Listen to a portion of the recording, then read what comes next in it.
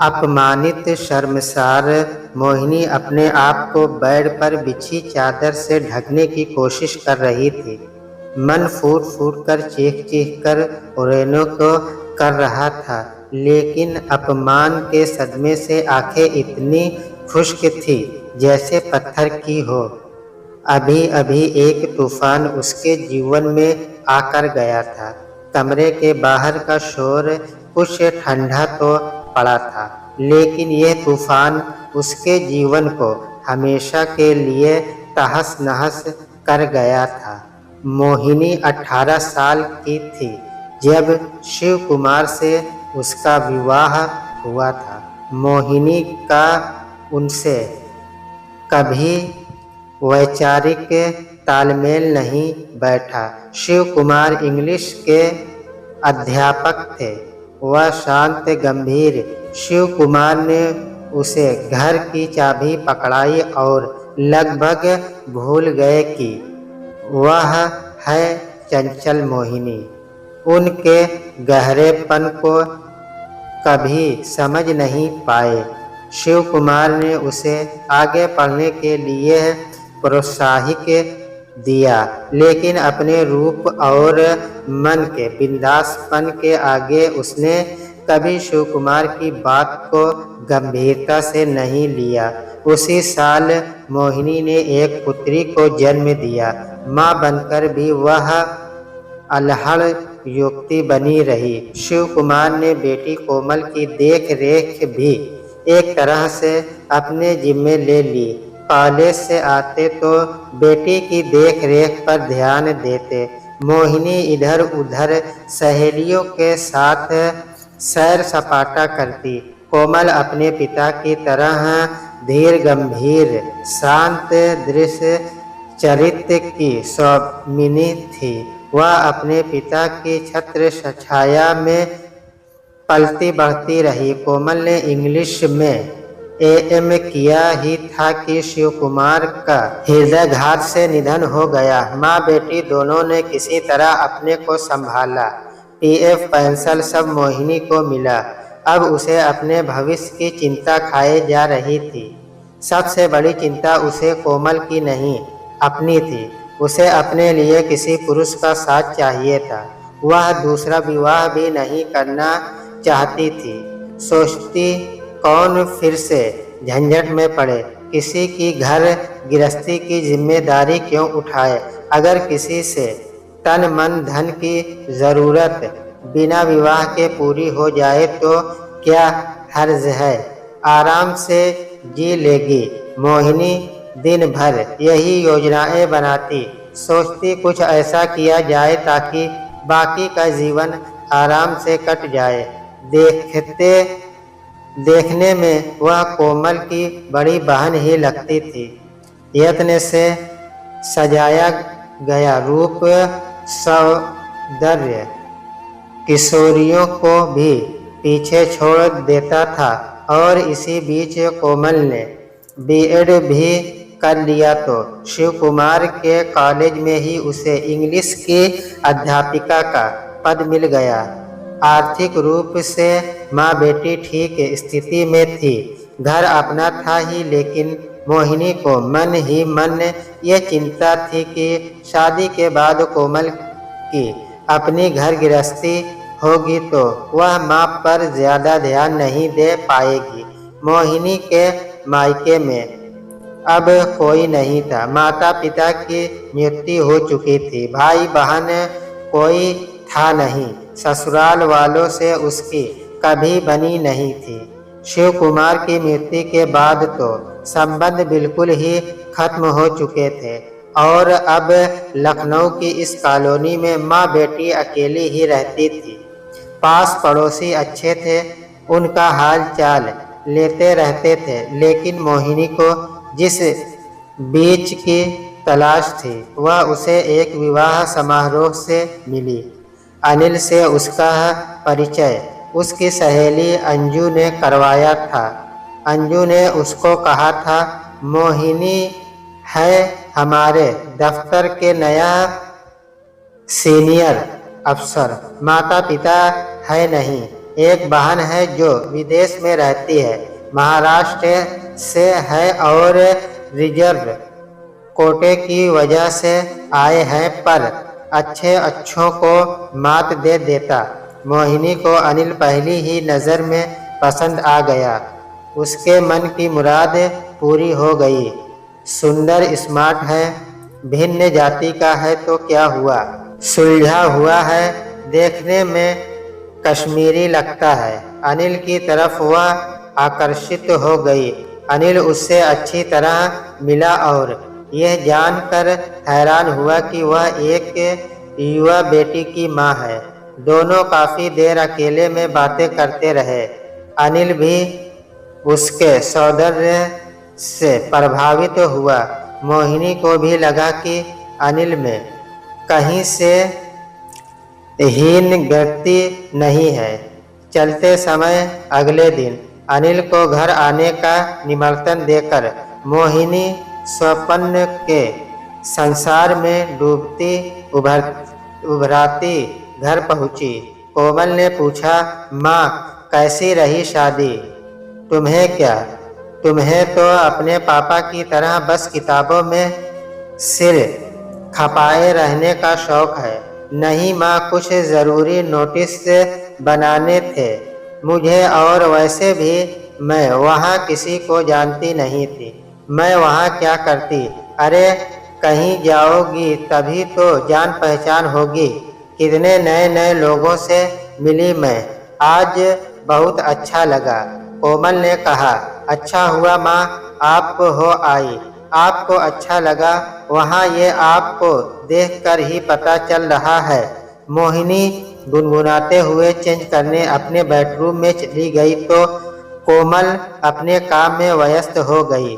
अगले दिन कोमल कॉलेज चली गई। लंच के समय अनिल ने जब मोहिनी की डोरबेल बजाई तो दरवाज़ा खोलने पर मोहिनी हैरान नहीं हुई। उसने अनिल को जिस अदाओं से आने का निमंत्रण दिया था, अनिल ज़रूर आएगा, यह उसे पूरा विश्वास था। उसने अनिल की खूब आवभगत की, उसे घर दिखाया, उसके साथ ही लंच किया, अपनी दुखद कहानी सुनाई। कम उम्र में शादी, फिर वह धन का दुख और अकेलापन। मोहिनी से अनिल को सहानुभूति हुई। उसने कहा, आप परेशान न हो, मुझे आप अपने साथ ही समझिए। मैं आपकी ऊंची जाति का नहीं, पर जानता हूँ कि दुनिया कैसे चलती है।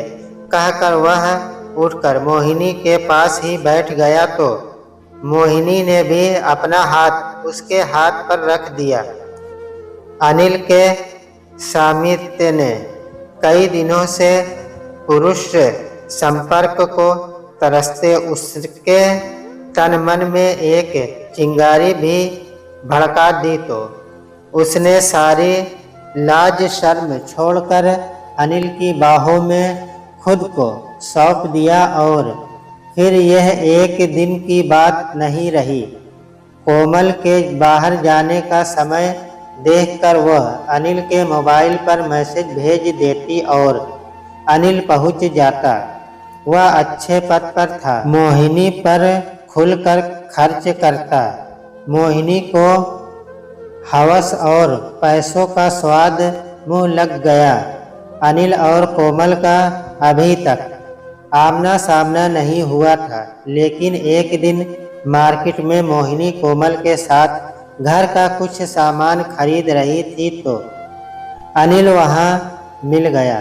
मोहिनी ने कोमल को अनिल का परिचय दिया, कहा कि अंजू के परिचित है, और अनिल ने कोमल को पहली बार देखा तो देखता रह गया।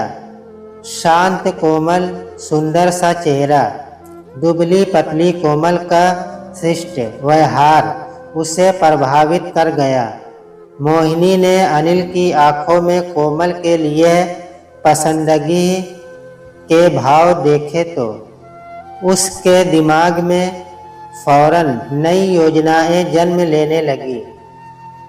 अब तक कई पड़ोसी बात बात में अनिल कौन है, क्या करता है, क्या करने आता है, इस तरह के कई सवाल मोहिनी से करने लगे थे।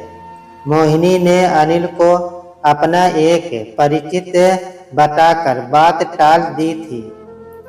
अब वह ज्यादा सचेत रहने लगी थी। अनिल दूसरी कॉलोनी में अकेला रहता था। उसके माता पिता अरसा पहले मर चुके थे।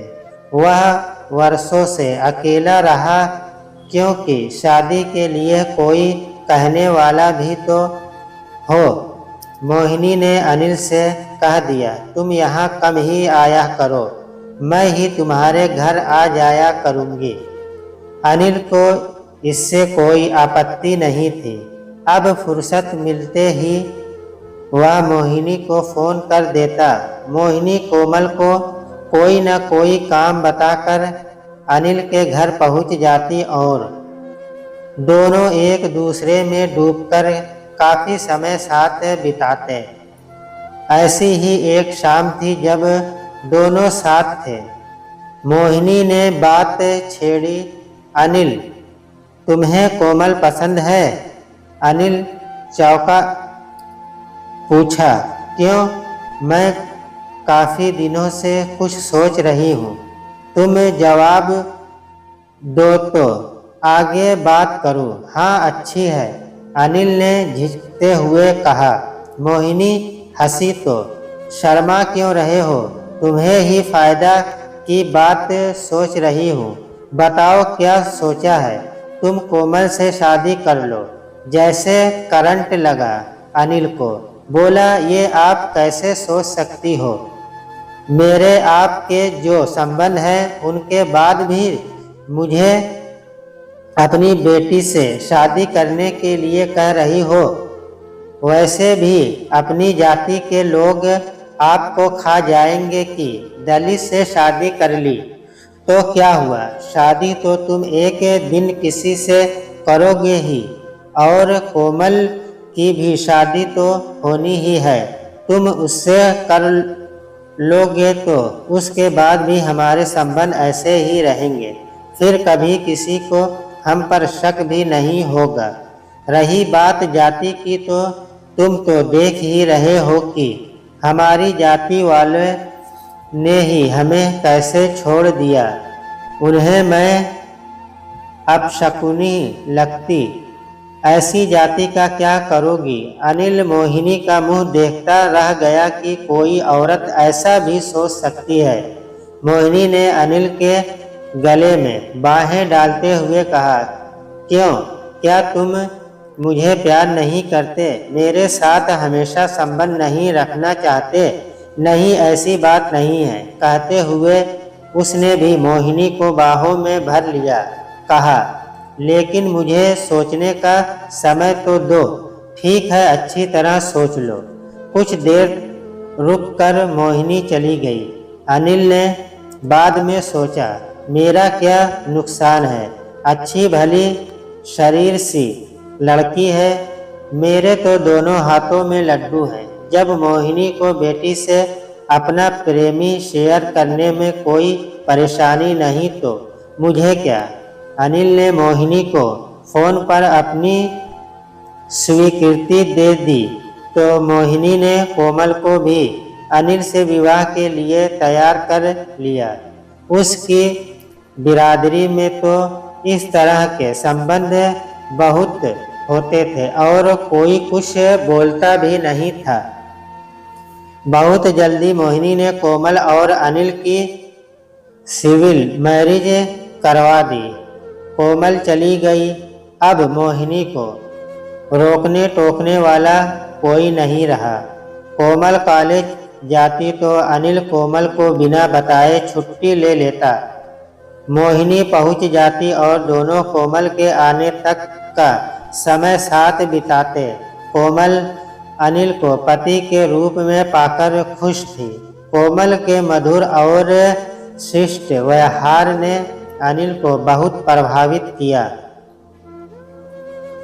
वह कोमल को दिल से प्यार करने लगा। उसे साफ लगा कि उस परिवार में जाति को लेकर सवाल ही नहीं उठते थे, लेकिन अब भी मोहिनी का जादू उस पर चढ़ा रहता। कोमल को सपने में भी अंदाजा नहीं था कि उसकी अनुपस्थिति में प्यार का कैसा खेल चलता है। वह अकेली माँ का बहुत ध्यान रखती और यह देखकर खुश करती कि अनिल और मोहिनी के संबंधों में बहुत अपनापन है।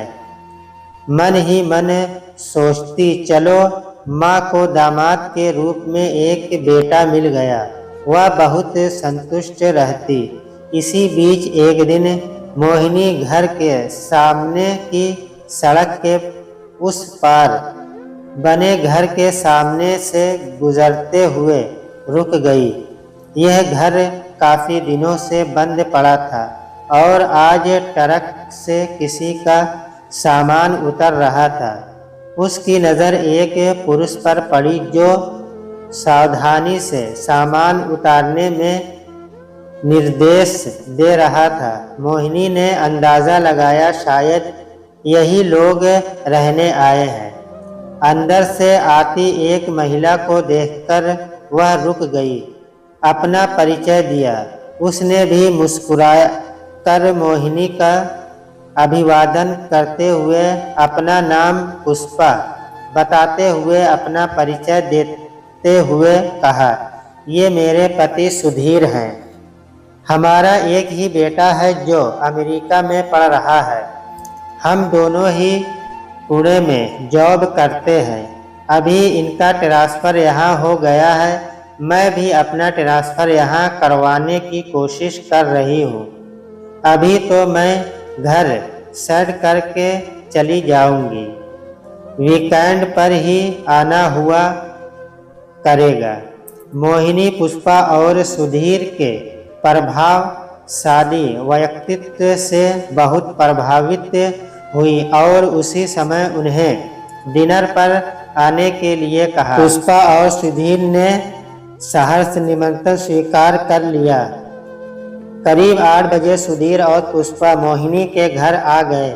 मोहिनी ने 2 बेडरूम फ्लैट काफ़ी सलीके से सजाया हुआ था। दोनों ने घर की तारीफ की। मोहिनी ने उनकी खूब आवभगत की, अपने बारे में सब बताया तो पुष्पा ने हैरान होकर कह उठी, अरे लगता ही नहीं आप एक विवाहिता बेटी की माँ हैं। आप तो बहुत यंग और स्मार्ट हैं। मोहिनी खुश हो गई। उनके बनाए खाने की दोनों ने खूब तारीफ की। पुष्पा ने 1 हफ्ते की छुट्टी ली हुई थी। जाने तक औपचारिकता खत्म हो चुकी थी। 11 बजे के आसपास वे लोग चले गए। उसके अगले दिन भी मोहिनी घूमती टहलती उनसे मिल आई। सुधीर ने ऑफिस से ज्वाइन कर लिया था। अनिल और कोमल को भी उसने इन नए परिचितों के बारे में बता दिया था। कोमल ने खुश होकर कहा था, अच्छा है आपको कुछ साथ मिल जाएगा। घर अच्छी तरह व्यवस्थित कर पुष्पा पुणे चली गई। मोहिनी ने सुधीर से कह दिया था, किसी चीज़ की भी ज़रूरत हो तो बेझिझक कह सकते हैं मुझे। एक दिन शाम को मार्केट में ही मोहिनी की सुधीर से मुलाकात हो गई तो सुधीर ने कहा, आज ये घर ही तो जाना है, मैं छोड़ देता हूँ। थोड़ी नानुकुस के बाद मोहिनी सुधीर की गाड़ी में बैठ गई। सुधीर ने मोहिनी को सीट बेल्ट बांधने का इशारा किया। मोहिनी ने कोशिश की लेकिन बांध नहीं पाई। सुधीर थोड़ा झुककर मोहिनी की बेल्ट बांधने लगा। दोनों के हाथ ही नहीं टकरा गए, गर्दन भी टकरा गए। मोहिनी की सुडैल छातियां सुधीर को महसूस होती रही। मोहिनी ने शर्माते हुए सुधीर को देखा। वह पुरुषों की इस नज़र से भली भांति परिचित थी। वह एक पुरुष की मुग्ध दृष्टि थी। सुधीर के महंगे परफ्यूम की खुशबू मोहिनी के तन मन में एक नई उमंग जगा गई। सुधीर ने मुस्कुराकर गाड़ी आगे बढ़ा दी। घर आया तो मोहिनी ने कहा, आप जब चाहें घर आ सकते हैं।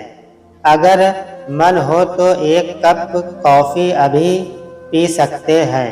सुधीर ने सहमति में सिर हिलाया और मोहिनी के घर आ गया। मोहिनी सामान रखकर कॉफ़ी बना लाई। दोनों आम विषयों पर बातें करते रहे। कॉफ़ी पीकर सुधीर जाने लगा तो मोहिनी ने उसकी आंखों में आंखें डालकर फिर आने के लिए कहा। सुधीर के जाने के बाद मोहिनी सुधीर के ख्यालों में खो गई। सुधीर का आकर्षक व्यक्तित्व, बात करने का ढंग उसे छू गया। अगले दिन अनिल और कोमल दोनों मोहिनी से मिलने आ गए। मोहिनी उन्हें नए पड़ोसियों के बारे में बताती रही। तीनों ने डिनर साथ ही किया। इतने में पड़ोस में रहने वाले उमा शंकर भी आ गए। अनिल और कोमल को उन्होंने आते हुए देख लिया था। सब थोड़ी देर बातें करते रहे। उमा शंकर ने अनिल की तारीफ करते हुए कोमल से कहा, बहुत अच्छा दामाद मिला है। मोहिनी जी को हालचाल पूछने आता रहता है। कोमल हैरान हुई, खुश भी की। कितने अच्छे हैं अनिल, माँ का ध्यान भी रखते हैं और कभी सो भी नहीं करते। कोमल को रात को घर छोड़कर अनिल फिर अभी आया कहकर मोहिनी के पास पहुंच गया। मोहिनी खिल उठी। उसे अनिल की चाहत देखकर स्वयं पर गर्व सा हो गया और फिर दोनों सारी मर्यादाओं को भूल एक दूसरे में खो गए। कुछ दिन बाद सुधीर मोहिनी से मिलने अचानक आ गया। कहा, पुष्पा वीकेंड पर नहीं आ पाएगी, उसकी कुछ ज़रूर मीटिंग है, वह दिल्ली जा रही है। मोहिनी ने मन के भाव चेहरे पर नहीं आने दिए। बोली, आप तो बोर हो जाएंगे छुट्टी के दिन। हाँ, देखता हूँ क्या करना है, लंच यहीं कर लीजिए। सुधीर ने मोहिनी को ध्यान से देखा। एक औरत का आंखों ही आंखों में बहुत कुछ कहता मौन निमर्तन पल भर सोच, फिर कहा, ऐसा ही करते हैं, मैं ही आपको बाहर ले चलता हूँ लंच पर। मोहिनी को और क्या चाहिए था। शहर से तैयार हो गई तो फिर कल तैयार रहिएगा, मैं लेने आ जाऊंगा। मोहिनी तो जैसे किसी और दुनिया में पहुंच गई। अगले दिन दोपहर तक का समय उससे नहीं कट रहा था। सुबह से ही तैयारी शुरू कर दी। आसमानी रंग की शिकॉन की साड़ी जो अनिल ने गिफ्ट में दी थी, साथ में मैचिंग ज्वेलरी, बालों का ढीला सा जूड़ा, सुधीर को आकर्षित करने की पूरी तैयारी भी उसकी। सुधीर लेने आया तो मोहिनी को देखता ही रह गया। कहा, आप बहुत सुंदर लग रही हो। थैंक्स, मोहिनी ने शर्मा कर कहा। गाड़ी में बैठकर सुधीर ने मुस्कुराते हुए थोड़ा झुककर मोहिनी की सीट बेल्ट खुद ही बांध दी तो मोहिनी खुलकर अदा से मुस्कुरा दी। सुधीर ने बहुत सी बातें करते हुए एक शानदार महंगे होटल में उसे लंच करवाया। मोहिनी जैसे आसमान में उड़ रही थी। ऐसे होटल में वह कभी नहीं आई थी। अनिल के साथ उसके संबंध उसके घर के बिस्तर तक ही सीमित रहे थे और अब सुधीर के साथ के स्टार होटल का वैभव मोहिनी जैसी गूंगी हो गई थी। सुधीर और पुष्पा के आर्थिक स्तर का अंदाजा तो उसे पहले भी था। आज उसने सुधीर को अपनी तरफ आकर्षित करने में कोई कसर नहीं छोड़ी। वह सोच चुकी थी अगर सुधीर के साथ उसकी नज़दीकी बढ़ेगी तो उसका जीवन और आसान हो जाएगा। अनिल के साथ उसके रिश्ते पर कोमल का एक बंधन था। यहाँ तो सुधीर पूरा हफ्ता अकेला रहता है। उसने मन ही मन खूब अच्छी तरह से बहुत कुछ सोच लिया। लंच करते हुए सुधीर ने मोहिनी की सुंदरता की खूब तारीफ की। वापसी में सुधीर उसे छोड़ने आया तो मोहिनी ने कहा, अंदर नहीं आएंगे? सुधीर मुस्कुराते हुए अंदर आ गया। जैसे ही मोहिनी ने दरवाज़ा बंद किया, सुधीर ने उसे बाहों में भर लिया। मोहिनी तो जैसे इसके लिए तैयार ही थी। उसने थोड़ा सकुचाने शर्माने का नाटक किया, फिर सुधीर की बाहों में खुद को सौंप दिया और एक और पुरुष उससे प्यार करने लगा है, यह सोचकर उसके मन में अजीब गर्व मिश्रित खुशी हुई। वह आज भी किसी पुरुष को अपना दीवाना बना सकती है, यह सोचकर वह मन ही मन आसमान में उड़ रही थी। शाम तक सुधीर उसके घर पर रहा और फिर जाते हुए उसे अगले दिन अपने घर पर ही आने के लिए कह दिया। अब यही कर्म चलने लगा। उसने अनिल को भी कह दिया था, तुम जब भी आना फ़ोन करके आना। अनिल ने पूछा, क्यों? ऐसे ही, मैं कहीं बाहर हूँ, घर का कुछ सामान लेने भी जाना पड़ जाता है। ठीक है, कभी कोमल मिलने आने वाली होती तो वह सुधीर को पहले ही मिलने के लिए मना कर देती। सुधीर बेचैनी से मोहिनी से मिलने की प्रतीक्षा करता रहता। पुष्पा वीकेंड पर आती तो मोहिनी से जरूर मिलती। कभी सुधीर पुष्पा के पास जाता तो मोहिनी अनिल से खुलकर मिलती। कोमल को अकेली रह रही अपनी माँ से बहुत हमदर्दी रहती। वह दिन में कई बार फ़ोन करती, मौका मिलते ही मिलने भी आ जाती। उसे तो अभी अंदाज़ा भी नहीं हो सकता था कि उसकी माँ अपनी ज़रूरतें पूरी करने के लिए दो पुरुषों को एक साथ अपनी उंगलियों पर नचा रही है। अपने जीवन में आए इस दोनों पुरुषों को वह अच्छी तरह बेवकूफ़ बना रही थी। मोहिनी का जीवन ऐसे ही बीत रहा था। दो पुरुषों को अपनी अदाओं, सुंदरताओं, नाज नखरों से अपने इशारों पर नचाते हुए ही एक दिन अनहोनी हो गई। एक दिन सुधीर ने फ़ोन पर कहा, मोहिनी, मैंने आज छुट्टी ली है, तुम सुबह ही आ जाना, पूरा दिन ऐश करेंगे। मोहिनी तैयार हो गई। सुबह ही उसने पूरा काम कर लिया।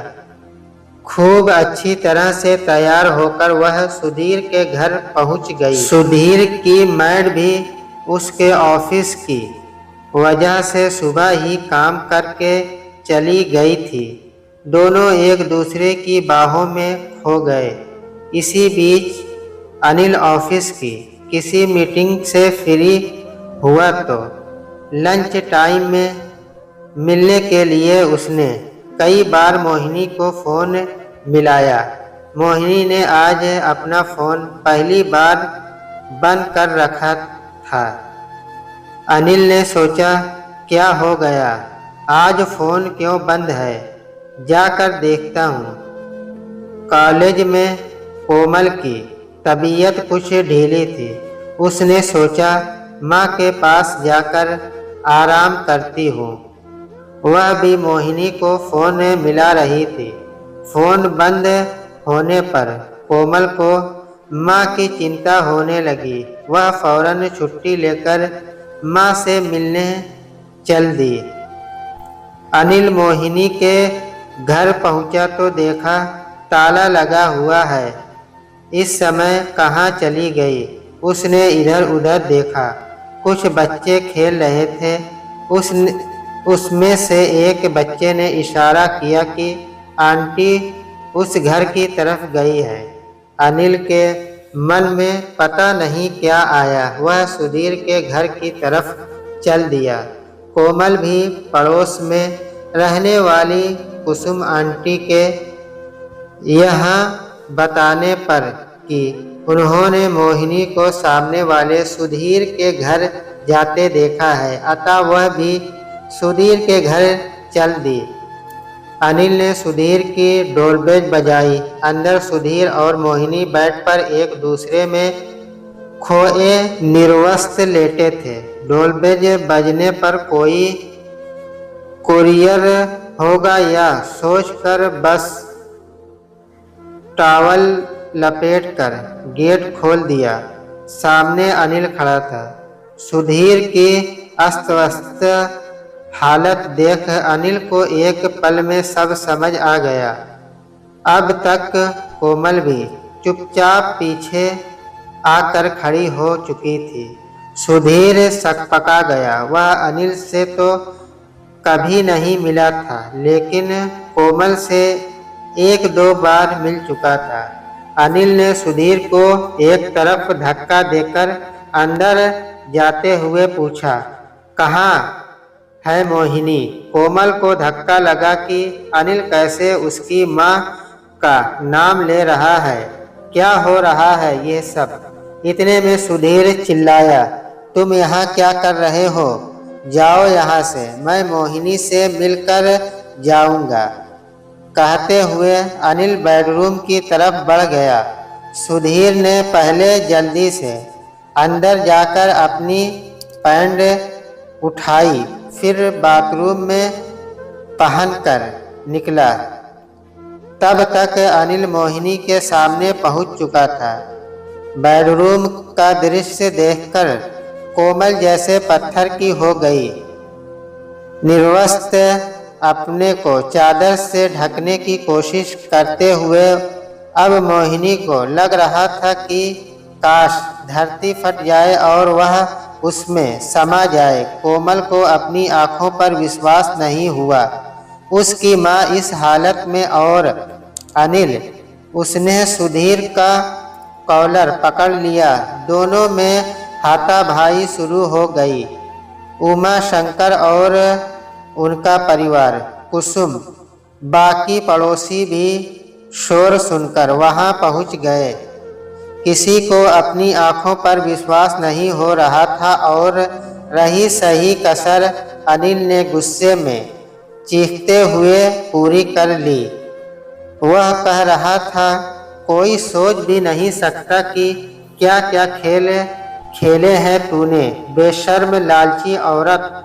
अपनी बेटी को भी धोखा दिया है तूने, अपने दामाद को भी नहीं छोड़ा तूने। इतने दिनों से मुझे फंसा रखा था। कोमल को लग रहा था उसके कान के पर्दे फट जाएंगे। अनिल और सुधीर की आपस की लड़ाई और मोहिनी के बारे में कहे जा रहे सस्ते शब्दों को सुनकर सारी बात उसके सामने साफ हो गई। मार पिटाई बढ़ती देख इतने में किसी पड़ोसी ने पुलिस को खबर कर दी। पुलिस ने आकर अनिल सुधीर को जीप में बैठने के लिए कहा। सुधीर ने बड़ी मुश्किल से कपड़े पहनने की इजाज़त मांगी। पुलिस के सिपाही ने अनिल को कॉलर पकड़कर बाहर की तरफ चलने का इशारा किया।